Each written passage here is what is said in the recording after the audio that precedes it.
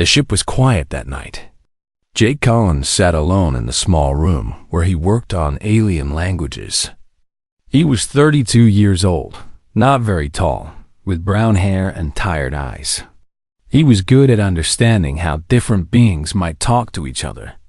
That was his job on the exploration ship, called Starlight Horizon. Captain Laura Mitchell had told the crew they were going to look at something strange in space. The sensors had found something big, something that should not be there. Jake did not know that this night would change his whole life. The thing they found was a ship, but it was not like any ship humans had ever seen. It was made of crystal that glowed with soft light. It was so big that the Starlight Horizon looked like a small fish next to a whale. Before anyone could do anything, a beam of light grabbed their ship. Jake felt the whole vessel shake. Alarms started ringing. People were shouting. Then, everything went dark for a moment. When the lights came back, they were inside the crystal ship. The doors of the Starlight Horizon opened by themselves. Jake saw creatures walking toward them. They were tall, maybe 7 feet or more. Their bodies were covered in hard shells that shined like jewels. They had many arms and legs, and their faces had 4 eyes each. They looked like giant insects, but they moved with a kind of grace that was almost beautiful. The crew was scared. Some of the younger ones were crying. Captain Mitchell tried to talk to the creatures, but they did not respond. Instead, they started taking people away, one by one, to different parts of the huge ship. Jake was taken alone. 2 of the creatures held his arms and walked him down long hallways that seemed to go on forever. The walls were alive with moving colors. The air smelled strange, like flowers and metal mixed together. Finally, they brought him to a very large room. It was like a throne room from old stories. At the far end, sitting on a chair made of light itself, was a creature different from the others. She was taller than the guards, almost 8 feet. Her shell was colored deep purple and gold. She was clearly female, though Jake could not say exactly how he knew this. There was something in the way she held herself, something in the pattern of her 4 eyes, that spoke of power and age and terrible loneliness. She looked at Jake for a long time. He felt something in his mind, like fingers touching his thoughts.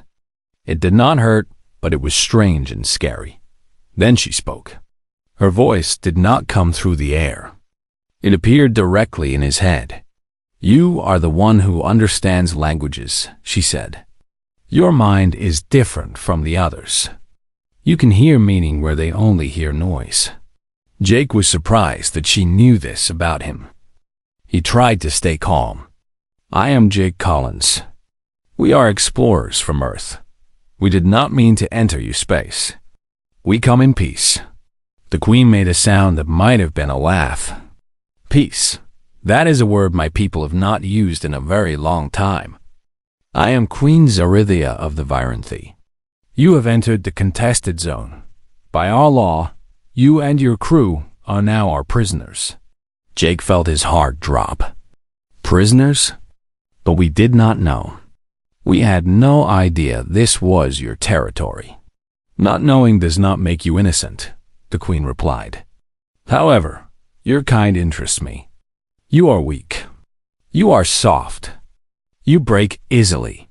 Yet you travel across the stars looking for knowledge, not for war. This is not common in the universe." She stood up from her throne and walked toward Jake. Her steps made no sound. Up close, she was even more impressive. Her eyes seemed to look right through him. "My people have been fighting a war for 3,000 years, she said. "Our enemy is called the Korthax Dominion. They want to kill every single one of us. I have lost 2 husbands to this war.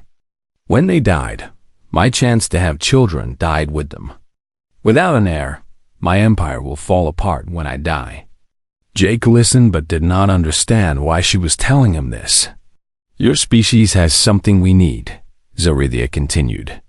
"You can change. You can adapt. Your genes are flexible in ways ours are not. My scientists believe that a child with both Varanthi and human blood might be strong enough to save our people. Now Jake understood, and the understanding made him feel cold all over. You want me to be part of some experiment? He asked. I want you to serve me, the Queen said. You will choose your own title. You can be my advisor. You can be my servant. You can be my pet. Whatever you choose to call yourself, you will belong to me. In return, your crew will live. They will be set free. Your ship will be repaired. This is my offer. Jake thought fast. His friends, his captain, the young crew members who had been so excited about their first big mission. They would all die if he said no. But if he said yes, he would be a slave to this alien queen forever. He looked at her face. Behind the power and the coldness, he saw something else. He saw someone who was tired. Someone who had carried a heavy weight for too long. Someone who was alone in ways that most people could never understand. An idea came to him. It was crazy. It was probably the stupidest thing he had ever thought of. But it was also the only way he could see to make this situation less terrible. If I can choose any title, Jake said slowly, then I choose the title that makes us equal. Not master and slave. Not owner and pet. What title is that? The Queen asked. Jake took a deep breath. Your husband. The whole room went silent. The guards stopped moving. Even the lights on the walls seemed to pause. Queen Zaranthia stared at him with all four of her eyes. Then she laughed. It was a beautiful, dangerous sound, like glass bells in a storm.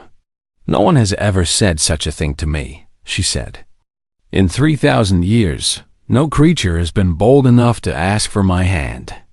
Do you understand what you are asking? A husband is not a servant.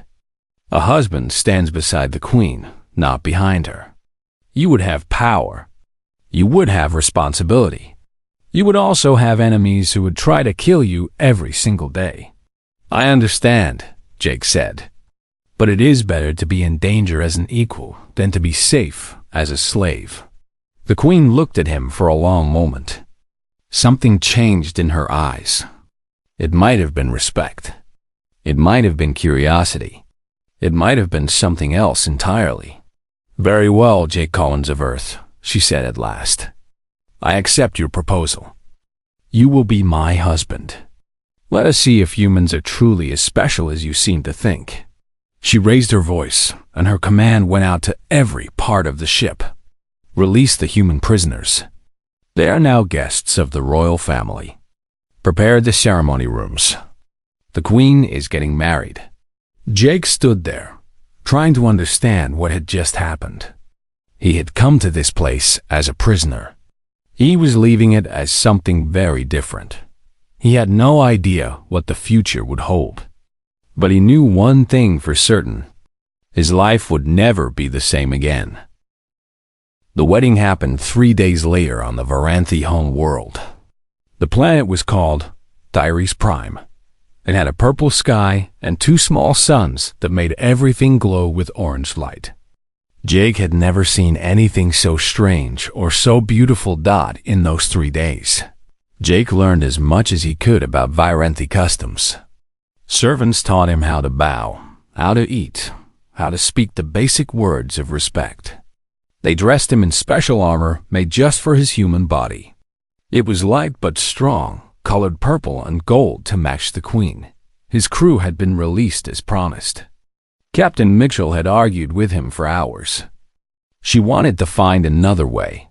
She did not want to leave Jake behind. But Jake had made his choice. There was no going back now. The starlight horizon left Thyres Prime with a message for Earth.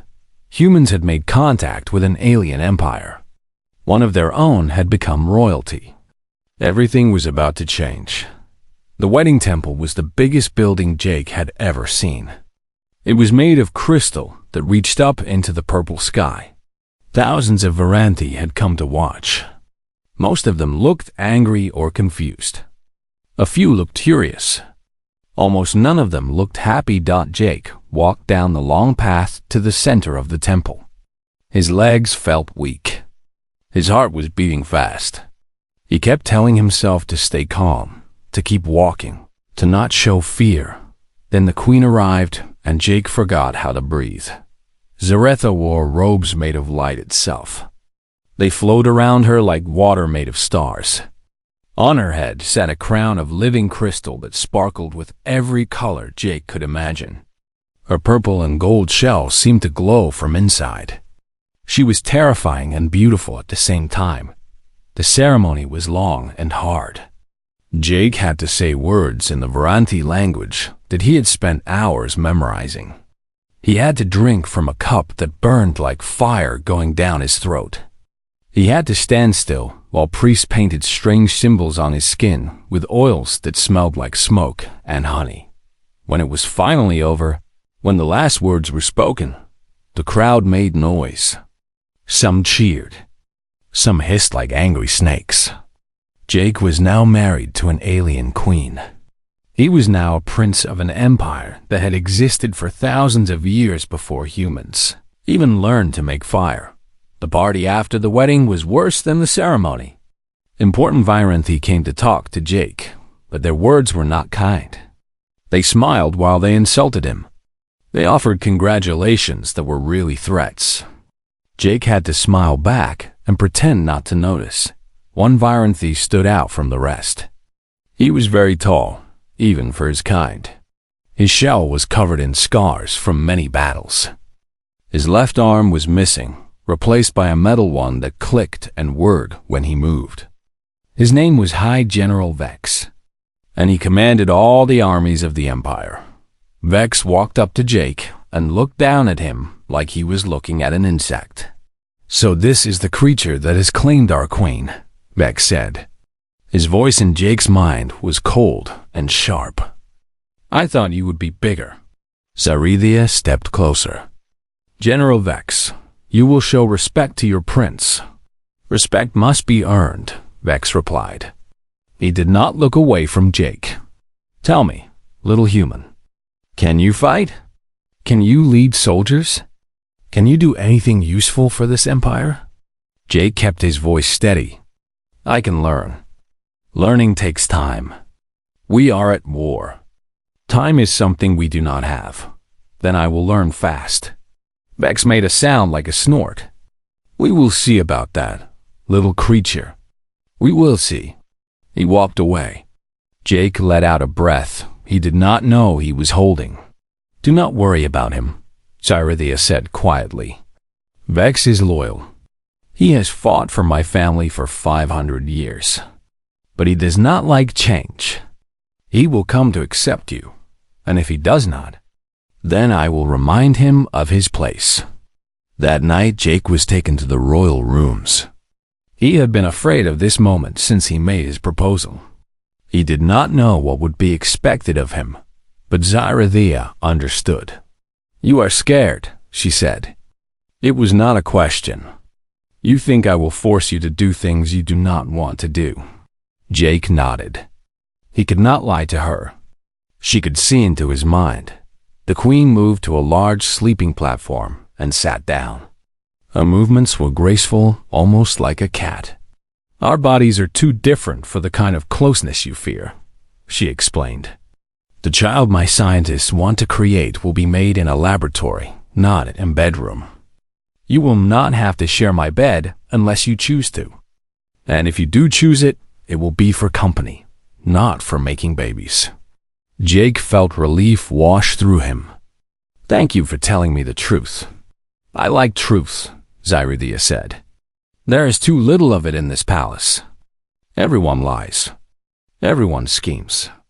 It is nice to have someone who says what they actually think." She pointed to a smaller platform near hers. "Sleep now.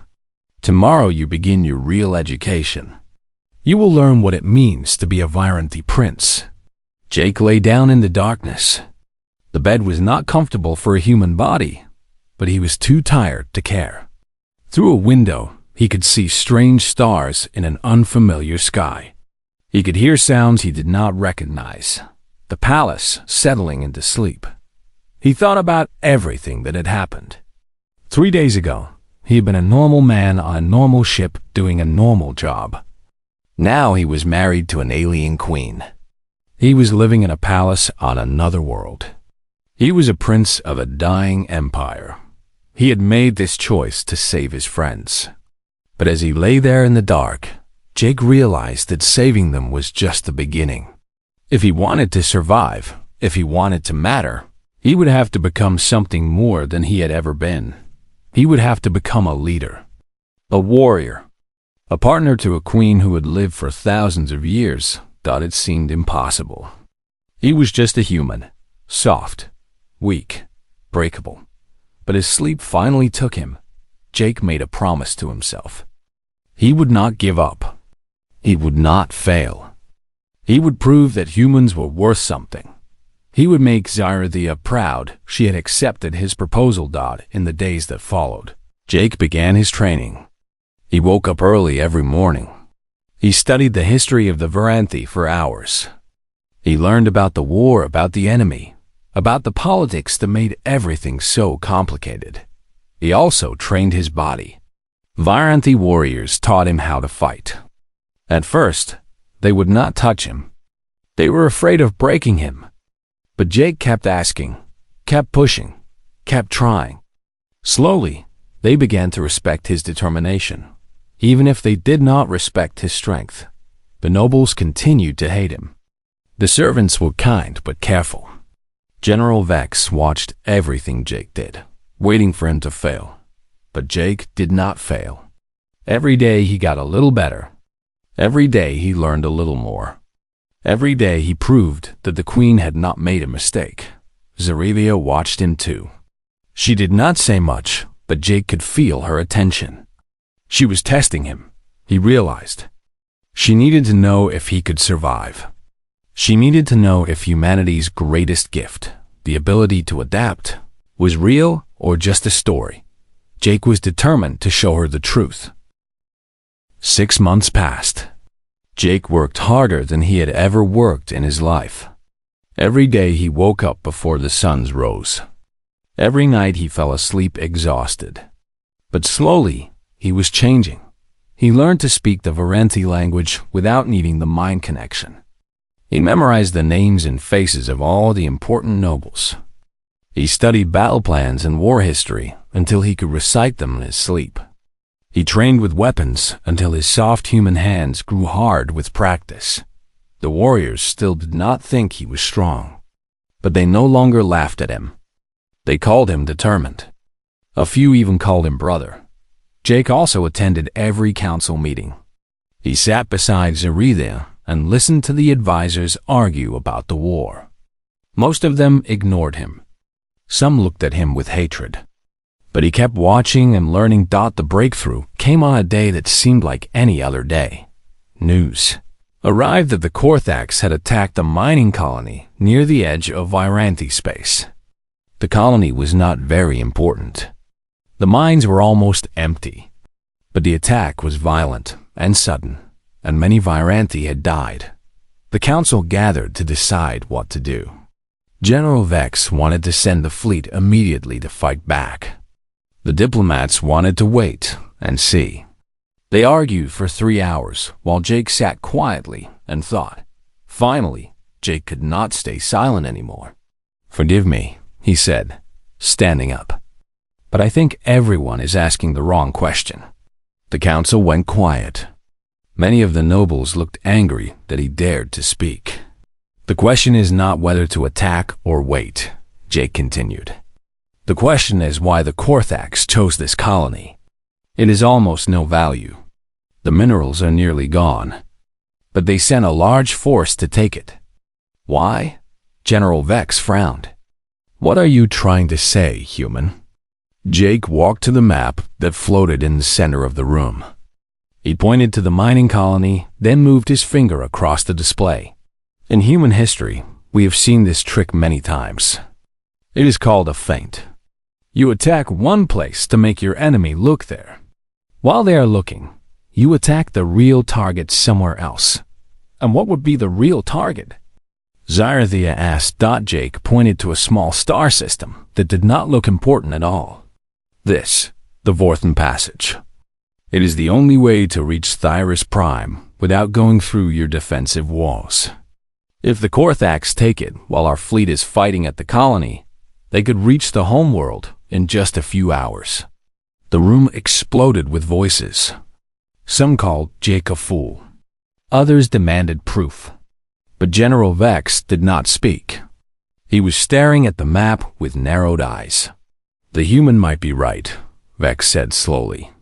We have always believed the passage was secret. But if the enemy somehow learned about it, they would need a spy, said one of the advisors. A traitor among us. Jake nodded. That is the other question we should be asking.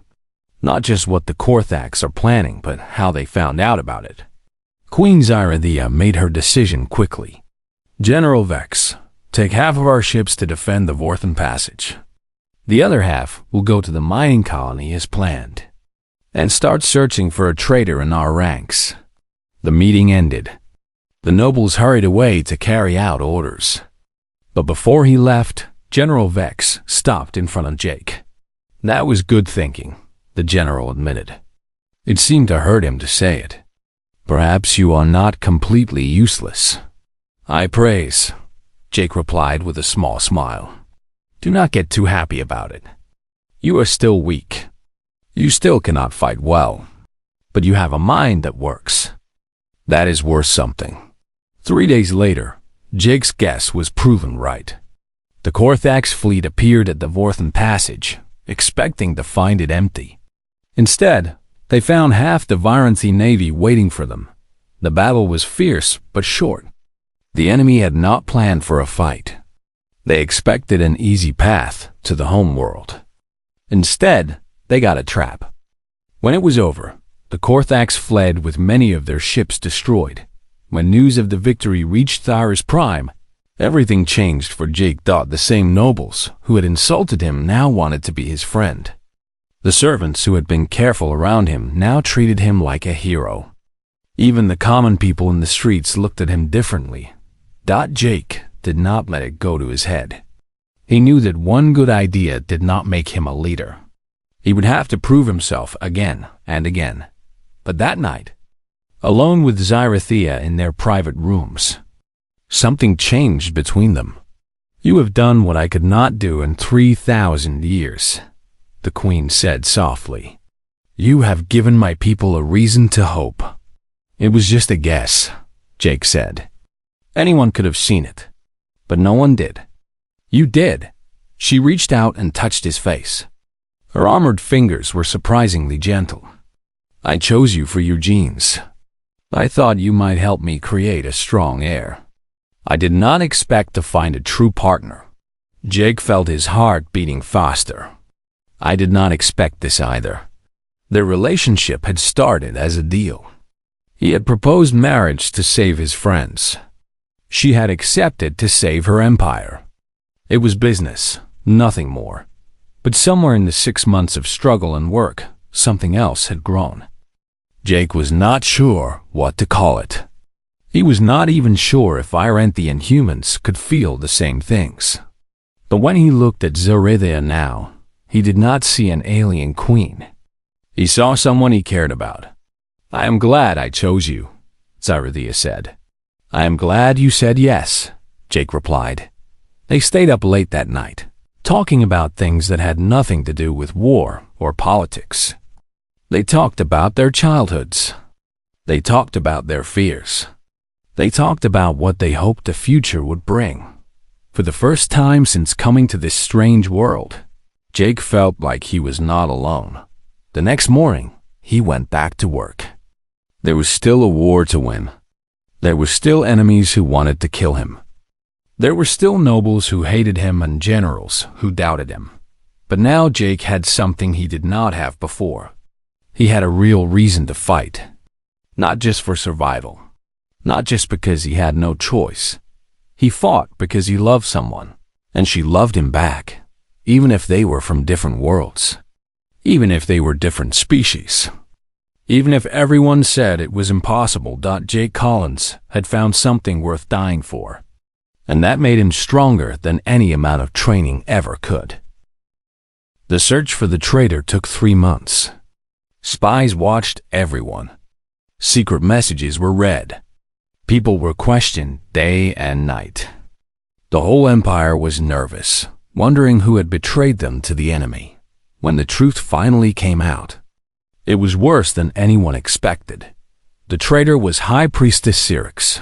She was the religious leader of the Virenthi people. She had served the throne for over 1,000 years.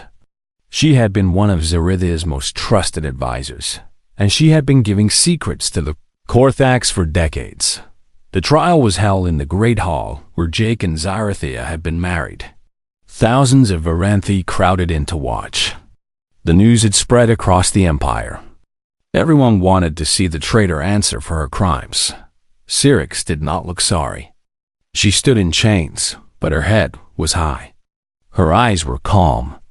She looked like someone who believed she had done the right thing. High Priestess Syrinx, the judge announced. You are charged with treason against the throne. You are charged with giving military secrets to our enemy.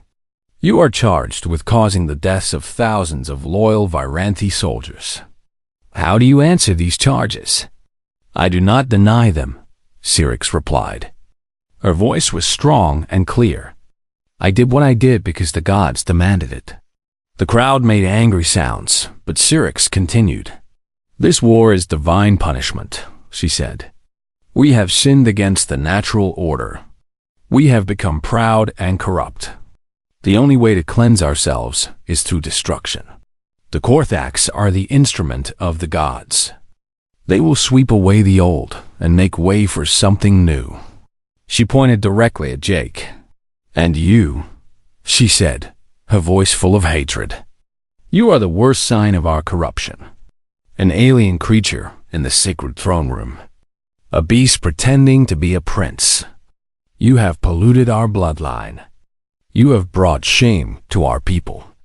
When the Korthax come, and they will come, it will be because of you. The crowd was getting loud. Some people shouted in anger at Syrinx. Others seemed to agree with her words. Jake could see fear on many faces. The old hatred of him had not gone away. Syrinx was saying things that many Virenthi secretly thought. Jake stood up before Zyrithia could speak. May I answer these accusations? He asked. The queen looked at him for a moment, then nodded. You may. Jake walked to the center of the room. He felt thousands of alien eyes watching him. His heart was pounding, but his voice was steady when he spoke. High Priestess Syrinx says I have corrupted this empire. She says I have made things worse.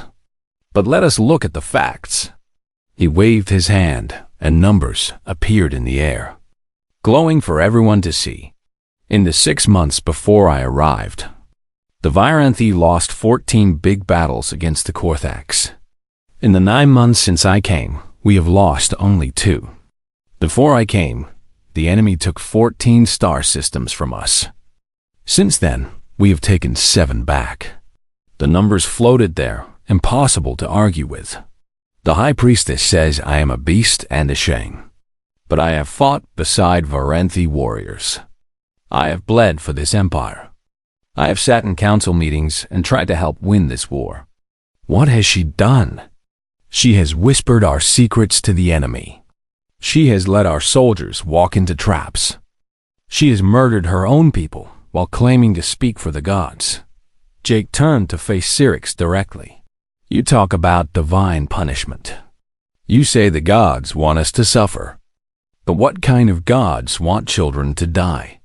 What kind of divine power is served by extinction?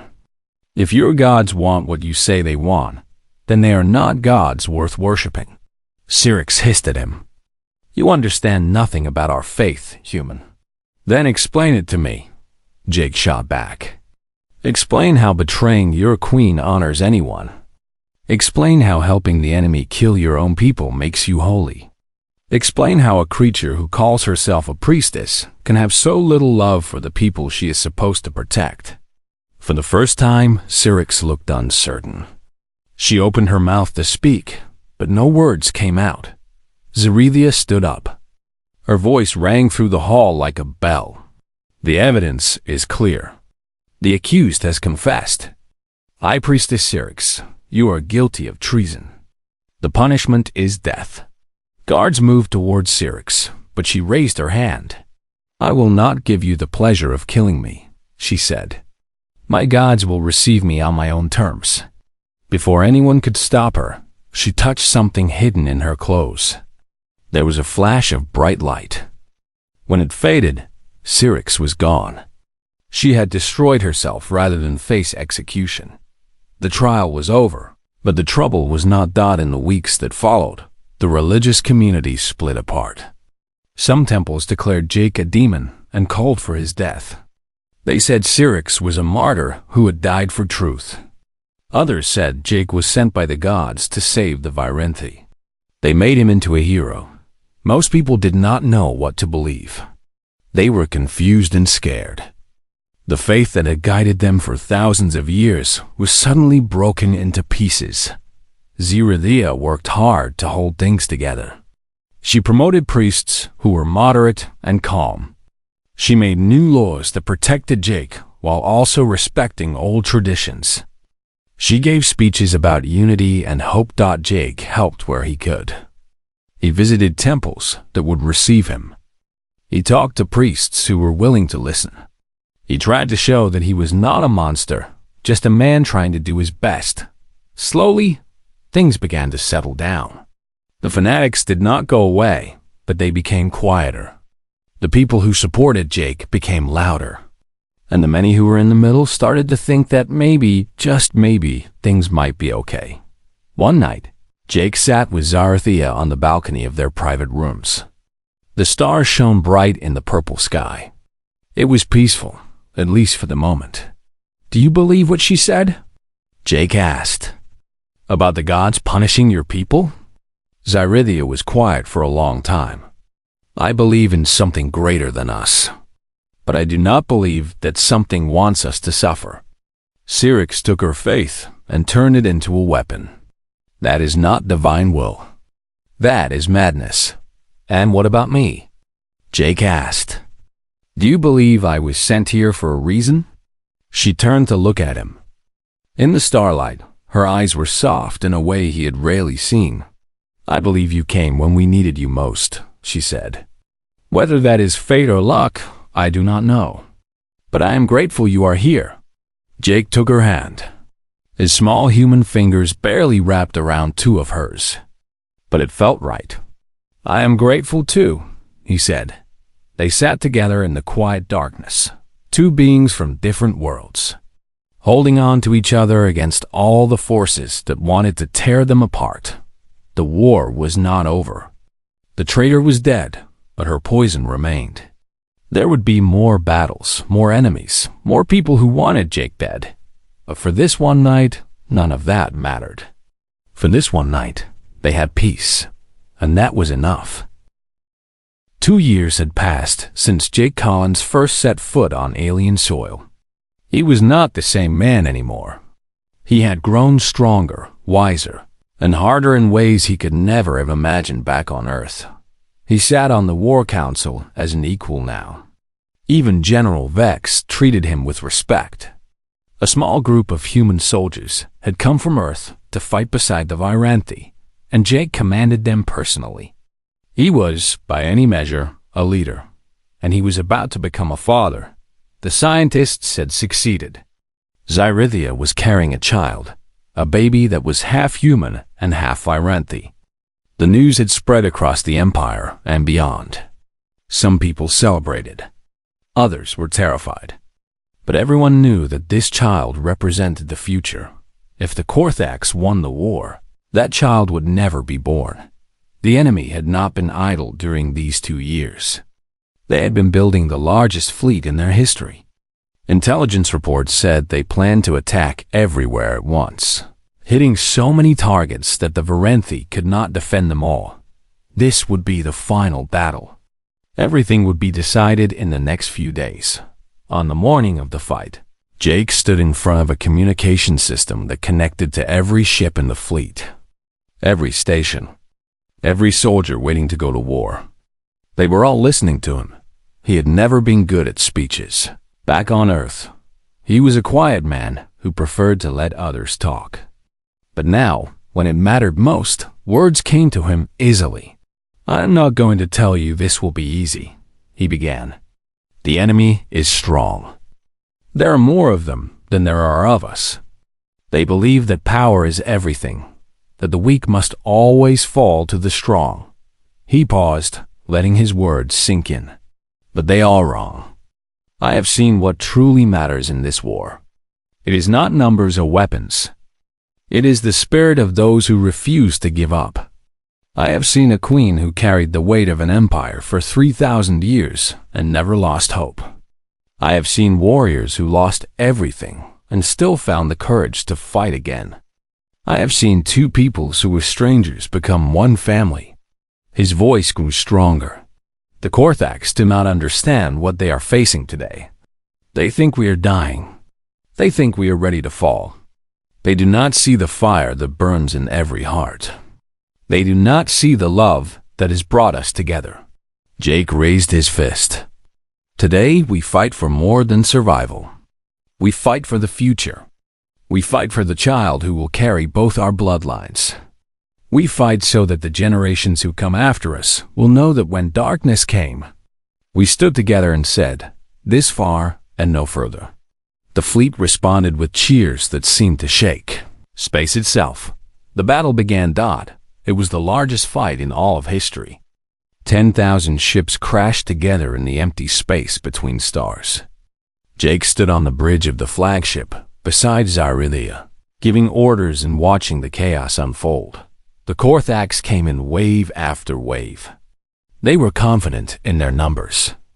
They expected to crush the Viranthi through sheer force, but they had not expected Jake's tactics. Human ideas about war were different from anything the galaxy had seen. Tricks and traps that were old on Earth were brand new here. The Korthax fell into one ambush after another. Their perfect formations broke apart. Their confidence turned to confusion. Still, it was not enough. There were simply too many of them. Hour by hour, the Viranthi lines were pushed back. Ships exploded. Soldiers died. The situation grew worse and worse. And something appeared at the edge of the battlefield. A new fleet. At first, both sides thought it was more Korthax. The final blow that would end everything. But as the ships got closer, their markings became clear. They were human. Earth had not forgotten Jake Collins. Captain Laura Mitchell had spent 2 years convincing governments and building alliances. She had gathered ships and soldiers. She had crossed the galaxy to help. The human fleet was small compared to the giants around it. But it hit the Korthax from behind at the worst possible moment. The enemy command ships were suddenly under attack. Orders stopped flowing. The Korthax war machine stumbled. The Viranthi saw their chance and took it. With a great roar that echoed across every communication channel, they pushed forward. Human ships fought beside alien ships. Two species that had been strangers just 2 years ago now moved as one. The Korthax tried to recover, but it was too late. Their fleet broke apart. Their ships fled in every direction. The battle turned into a chase, and then into a slaughter. By the time the sun set on Theros Prime, the war was over. The Korthax were broken. The enemy that had threatened the Viranthi for 3,000 years was finally defeated. The celebration lasted for weeks. Treaties were signed. Alliances were made official. Earth and the Viranthi Empire would be partners forever. Jake became more than a hero. He became a symbol of what was possible when different peoples worked together, instead of fighting each other. But the thing he cared about most happened quietly. In a small room in the palace, away from the crowds and the noise, his daughter was born. She was small, much smaller than a Viranthi baby. Her skin was soft like a human, but it had a faint purple shine like her mother. She had 2 eyes instead of 4, but they were large and bright and full of wonder. She was beautiful. Jake held her in his arms and felt tears running down his face. He had not cried since he was a child. But looking at this tiny creature, this impossible mix of 2 worlds, he could not help it. Zerithia stood beside him, watching. "She is perfect," the queen said softly. "She is a miracle," Jake replied. They stood together on the balcony that night, looking up at the stars. The baby slept peacefully in Jake's arms. The sounds of celebration drifted up from the city below. "You have changed everything," Zerithia said. "Nothing will ever be the same." Jake smiled. "I just made a choice. You did the rest. It was a bold choice. A human choice. The only kind I know how to make." He looked down at his daughter, at this new life that represented everything he had fought for. She would grow up in a galaxy where humans and Virenti were allies. She would never know a time when her parents were enemies. She would inherit a future full of possibility. Jake Collins had come to this world as a prisoner. He had survived by making the craziest proposal in human history. He had expected to live as a slave, to lose everything, to die alone among strangers. Instead, he had found love. He had found purpose. He had found a family. He had found home. The stars stretched out above them, infinite and full of mystery. Somewhere out there, other species were watching. They had seen what happened when humanity met the Virenti. They had seen a soft, fragile, breakable species stand up and change the course of a war. They would remember. And someday, when they met humans for themselves, they would know not to underestimate them, because humans were more than they appeared. They were adaptable. They were stubborn. They were brave. And when they loved something, they would fight for it until their last breath. Jake kissed his daughter's forehead and held his wife's hand. The war was over. The future was bright. Whatever came next, they would face it together. The end.